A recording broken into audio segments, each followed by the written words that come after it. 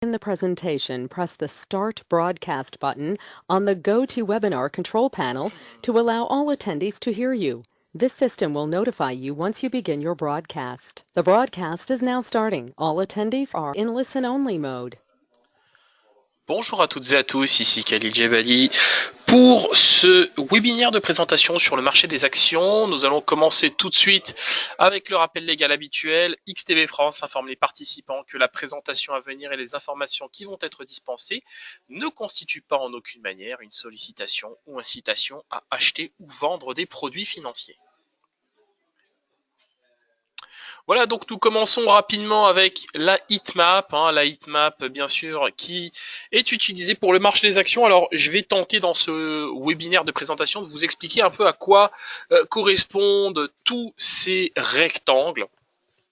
Donc effectivement, ces rectangles, quelque part, si vous voulez, témoignent effectivement des volumes et de l'activité qu'il y a sur un secteur d'activité.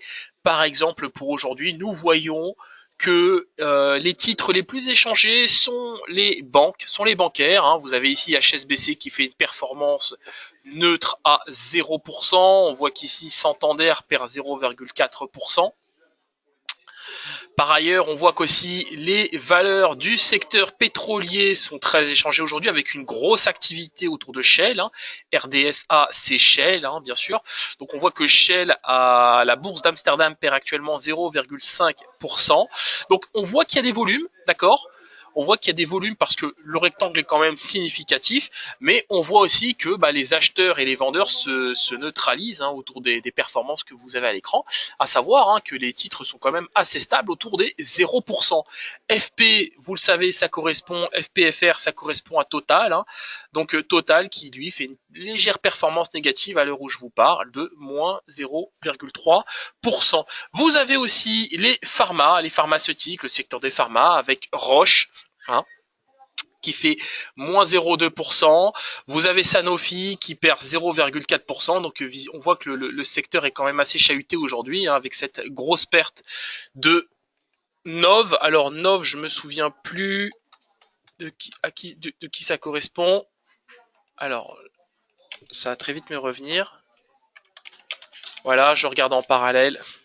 Donc c'est Novan, voilà. Novan qui effectivement qui perd effectivement 1,1%. On voit que GSK, voilà, GSK est à l'équilibre. Les laboratoires Merck, eux, pour leur part, sont à moins 0,4. Bayer perd 0,1.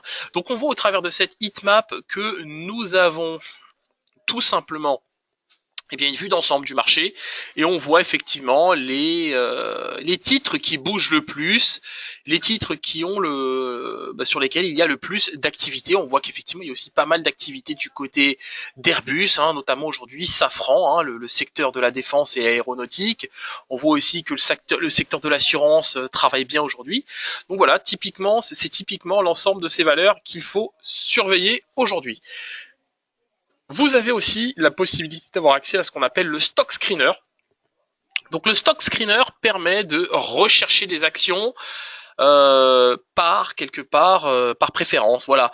Je donne un exemple. Si vous souhaitez viser des actions ou des entreprises dont la capitalisation boursière est supérieure, on va dire que la capitalisation des entreprises dont la capitalisation boursière est supérieure, vous voyez, à 10 milliards d'euros, qui va de 10 milliards à 89 milliards, 90 milliards, et bien là, voilà, vous avez toutes les entreprises dont la capitalisation boursière est supérieure à 10 milliards. Donc ça, c'est un outil qui est très efficace et que j'aime beaucoup.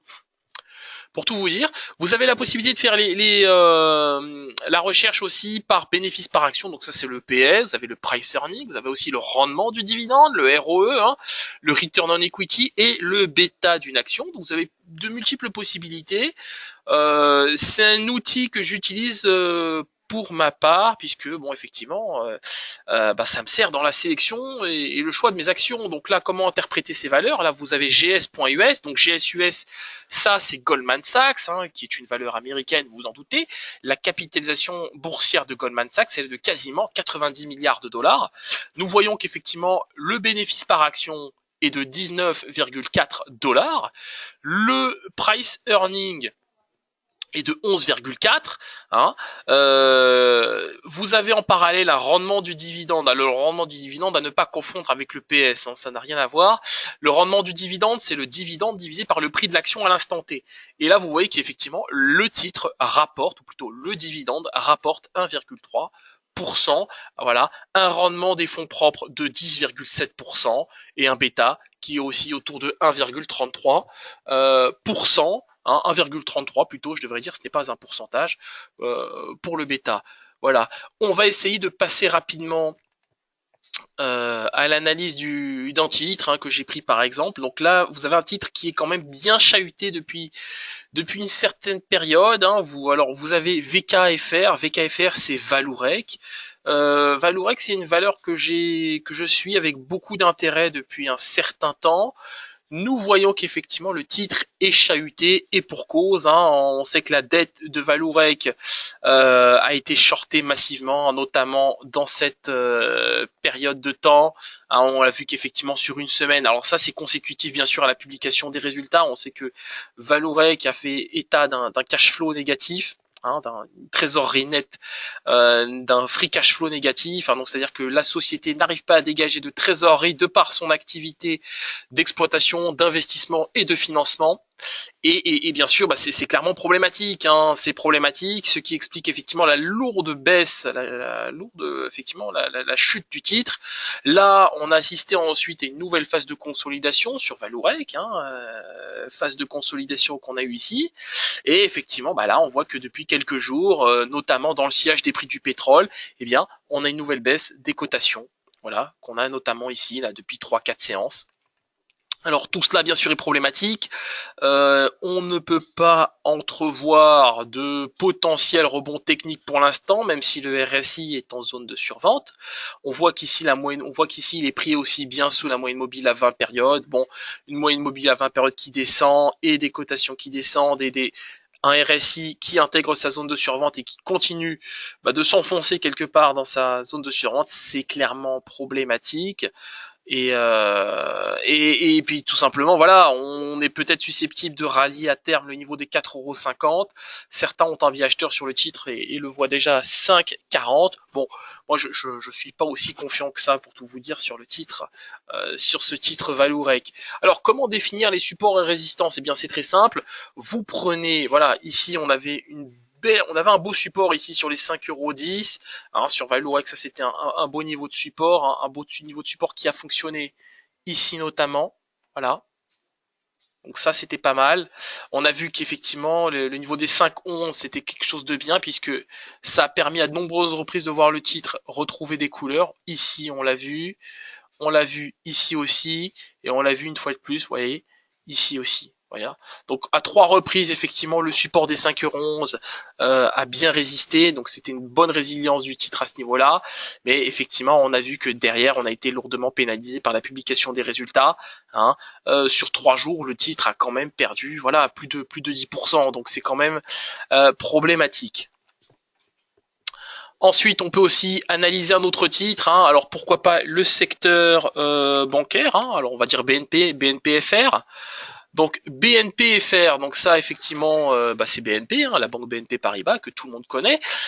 BNP Paribas, alors on va peut-être se projeter en D1, ça va peut-être être plus simple pour faire l'analyse du titre. Alors BNP, voilà, BNP dans une configuration assez intéressante. Voilà. Donc ici, voilà, vous voyez que BNP là, on a une grosse résistance oblique ici, résistance oblique, et en parallèle, on a, vous voyez, aussi un gros support oblique.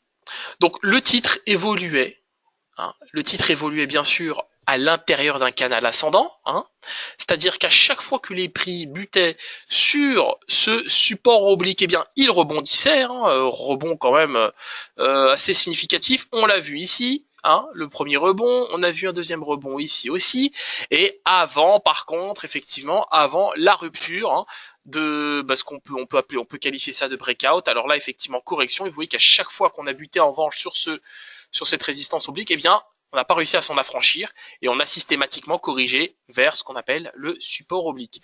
Alors, chose assez intéressante, chose assez intéressante, nous voyons ici, on a eu ce qu'on appelle le breakout, c'est-à-dire que le canal ascendant que vous avez là a été cassé par le bas, et c'est justement ce qui se produit dans 8K sur 10, 8K sur 10 quasiment.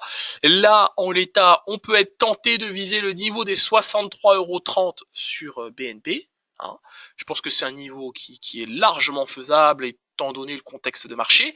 Et ensuite, vous avez un niveau qui est un peu plus problématique, c'est le niveau des 61 €. 61 €, ce qui nous ramènerait sur le début de formation du canal ascendant, tout simplement.